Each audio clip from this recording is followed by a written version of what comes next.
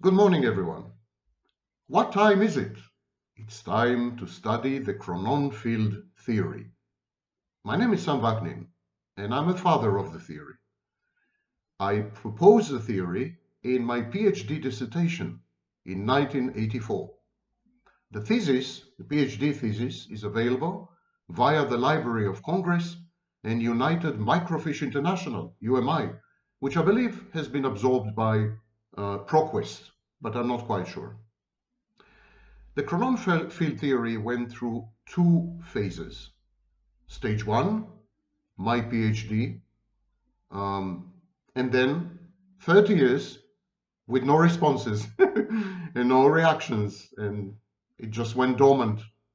And then, about 10 years ago, Entanglement discovered my work and recast it in geometric terms. My original thesis was algebraic.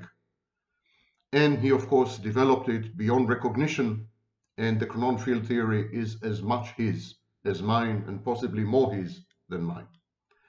Today, I would like to give you an overview of both my work and Suchard's work. Now, physicists would benefit from this video the most. Laymen would find it a lot more difficult, but it does contain philosophical nuggets. The philosophy of Chronon Field Theory is very unusual. I don't want to tout my horn, but I'm getting used to it, so I would say it's groundbreaking. Okay, without further ado, to my coffee and to the Chronon Field Theory. In my work, chronons are time quarks. They're time elementary particles. Now, there's nothing new about this. This has been proposed 200, 250 years ago, and numerous physicists have worked along these lines. Some of them regarded chronons as durations. Some of them regarded chronons as real particles. In my work, chronons are real particles. They're quarks.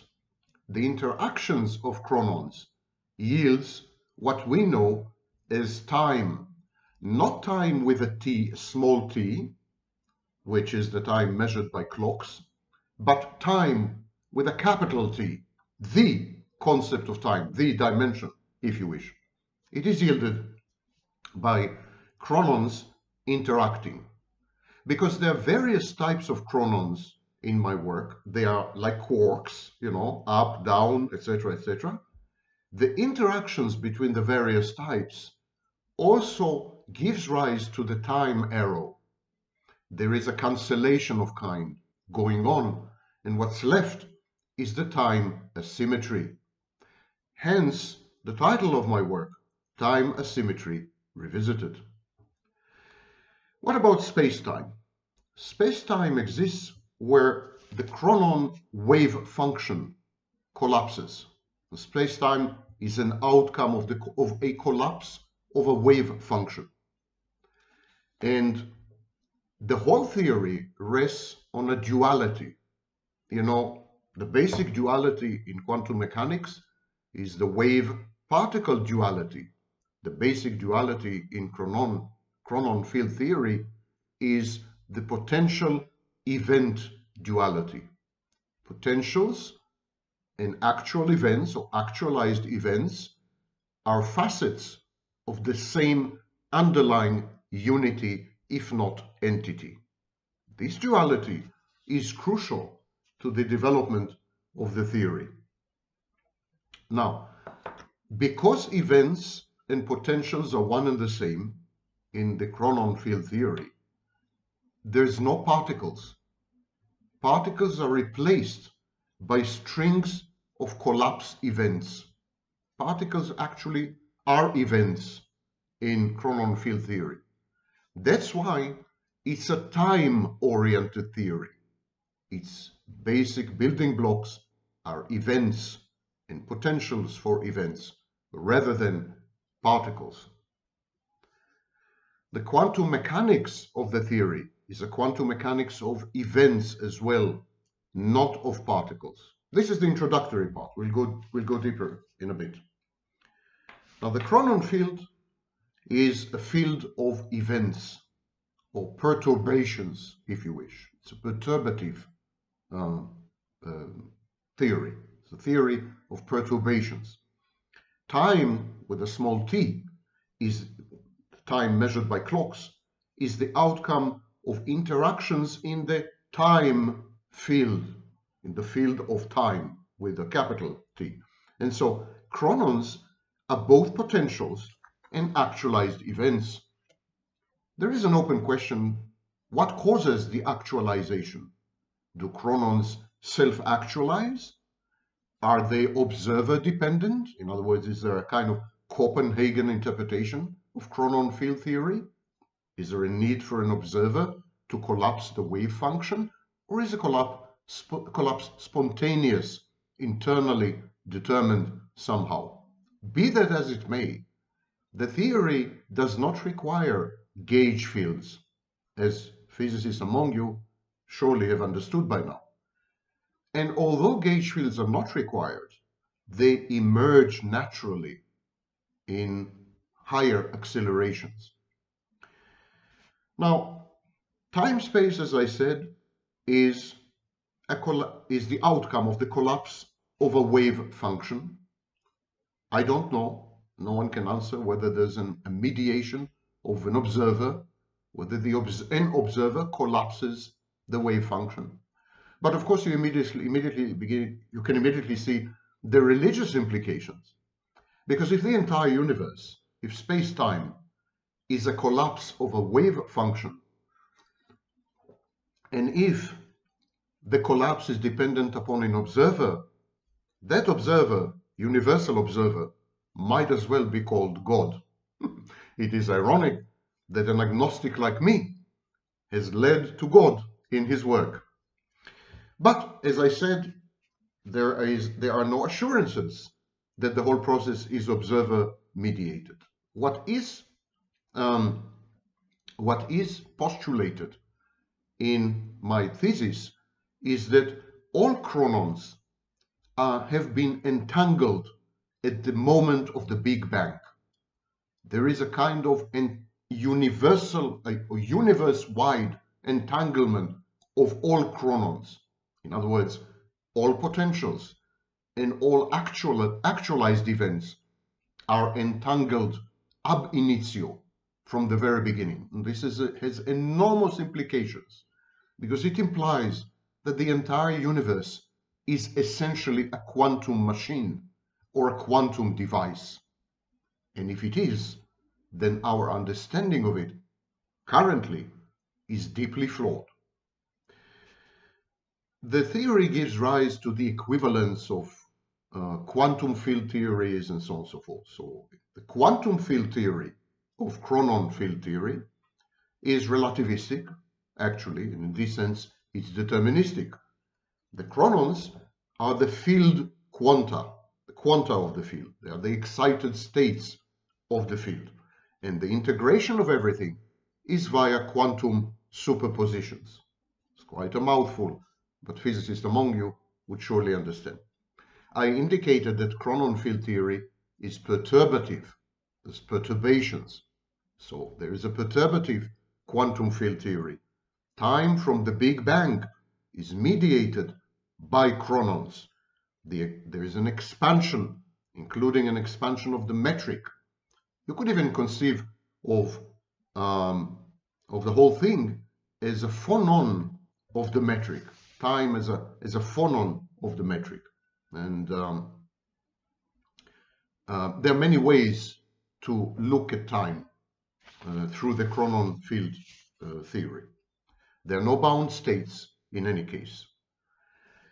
The excitations that I've mentioned, the states of the chronons, they are stochastic perturbances.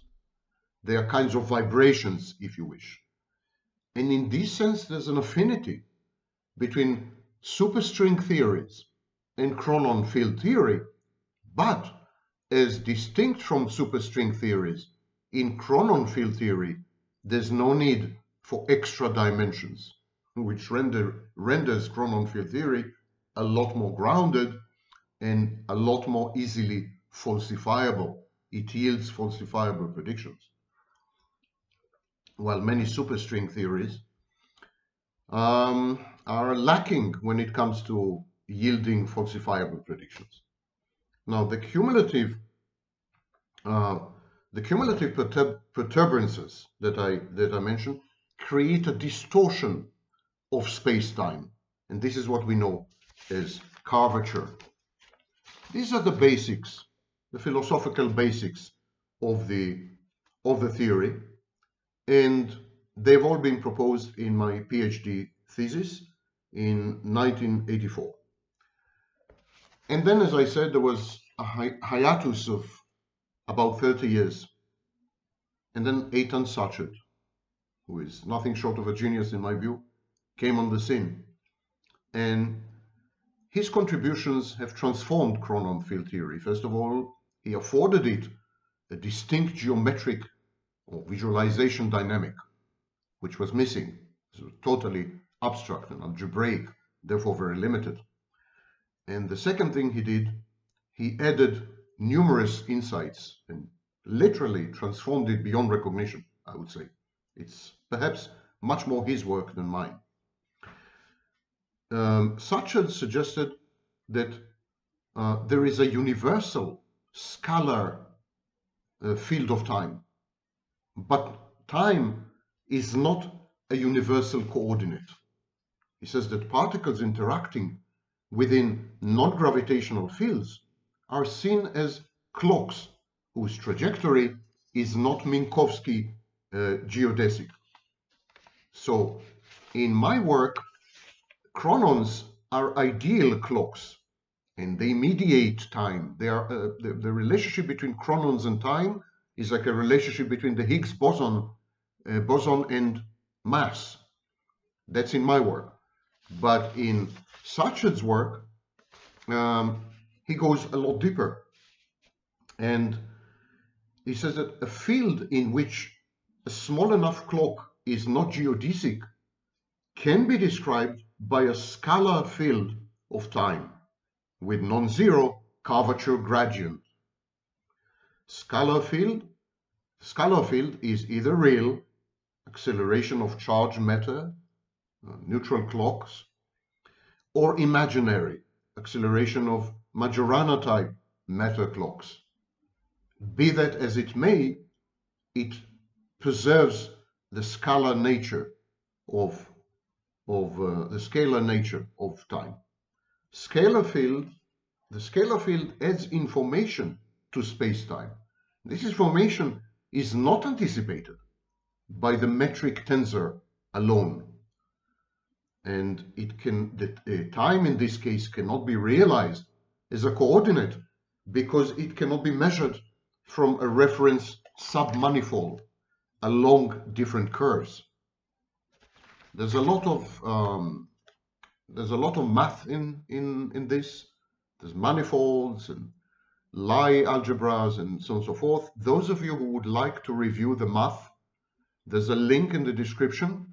Click on it and you will be exposed to my math and Entanglement's math in various papers, published in various academic journals and so on and so forth. You're invited to download them, review the math, and please alert us to any errors, any mistakes in thinking, any mistakes in calculations, and so on and so forth. We are looking forward to input. We are hungry for input, actually. So the non-geodesic alignment is attributed to electromagnetism, or electromagnetic phenomena. Both the mass and the electric charge, in this case, generate gravity. I'll come to it in a minute. It's a very controversial aspect of Entanglement's work. Charge, unlike inertial mass, is coupled to a non-geodesic vector field. But they both yield gravity. Again, I will come to it in a minute. So only the entire energy momentum tensor has vanishing divergence, misalignment of physically accessible events in an observer's spacetime, plus gravity as a controlling response by volumetric contraction of the observer's spacetime in the direction where events bend or are accelerated, put together, this gives the main pillar of Suchard's work.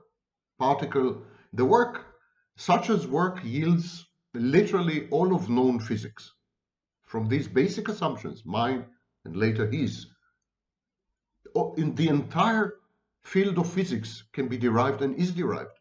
Anything from particle mass ratios, fine structure constant, the physical meaning of 3D foliations, Bekenstein-Hawking entropy to area constant, acceleration field strength, quantum mechanics, everything emerges naturally out of the theory, which is an excellent indication, I think.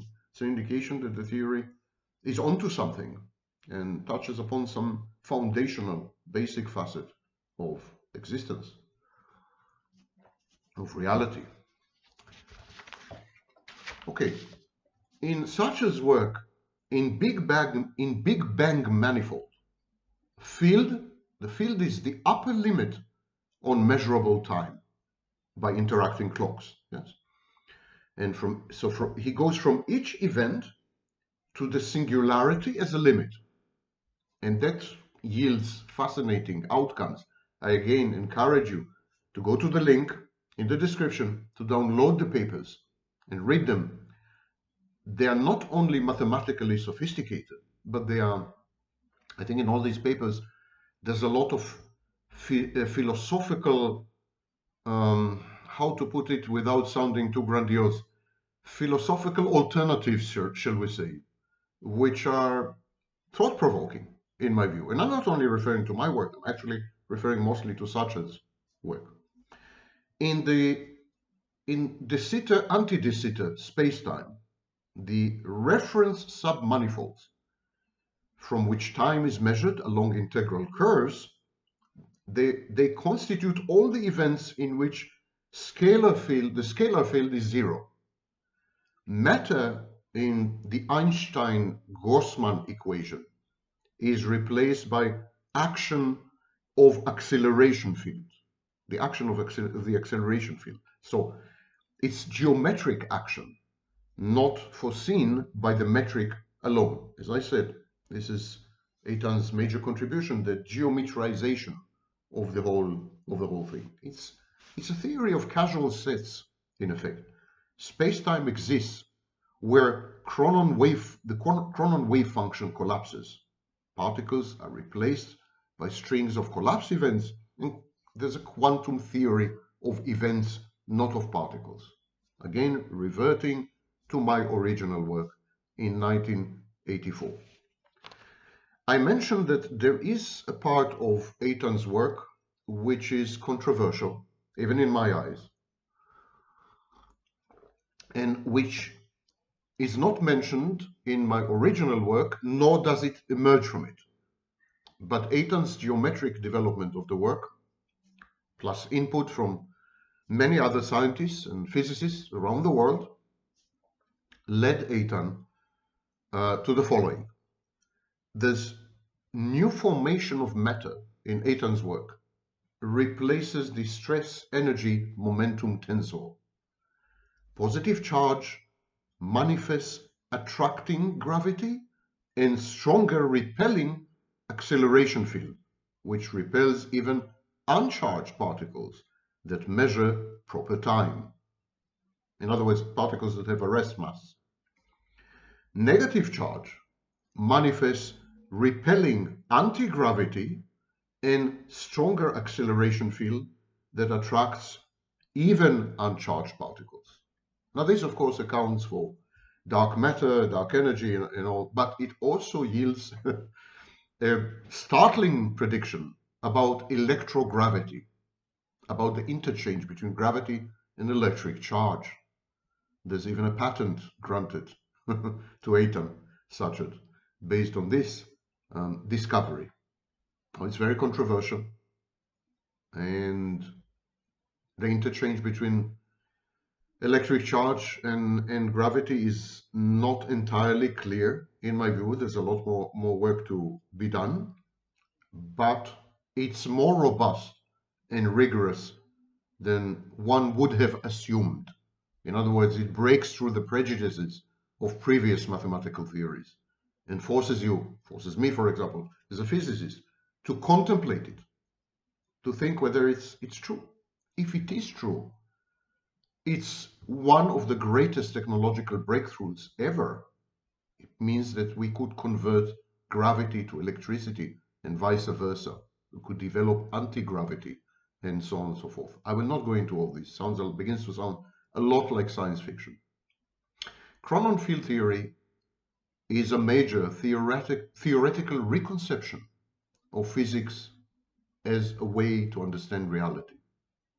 It dispenses with secondary properties. Everything emerges from essentially a single basic underlying assumption. Potentials are events. Everything is events. There are no particles, they're only events. Quantum theory of events. Space-time is a collapse of a wave function, probability, in other words, potentials. And space-time as an event is also a potential because it remains in a superposition state until an eventual collapse. Collapse is mediated via an observer or is spontaneous and self-generating. That's besides the point, and it's a lot more, I would say, philosophical than it's a lot more philosophy than physics. But everything is about possibilities, probabilities, even events which in classical quantum mechanics and so on and so forth are distinguished from probabilities. Even particles which in classical quantum mechanics and so on and so forth are distinguished from probabilities. In Chronon field theory, they are probabilities. Our existence, therefore, is a potential. Now the potential manifests, becomes an actualized event, but the distinction is spurious and unnecessary in the Chronon field theory. This single basic assumption gives rise to all of physics as we know it. While in other theories in physics, there are multiple suppositions and assumptions and entities, a multiplication of entities. Even in the simplest theories, for example, special relativity, or there's still half a dozen, if not a dozen, entities. It's a strong indicator that something is wrong with these theories. There's no parsimony. Occam's razor. A theory of everything would be based on a single principle and perhaps a single entity, for sure.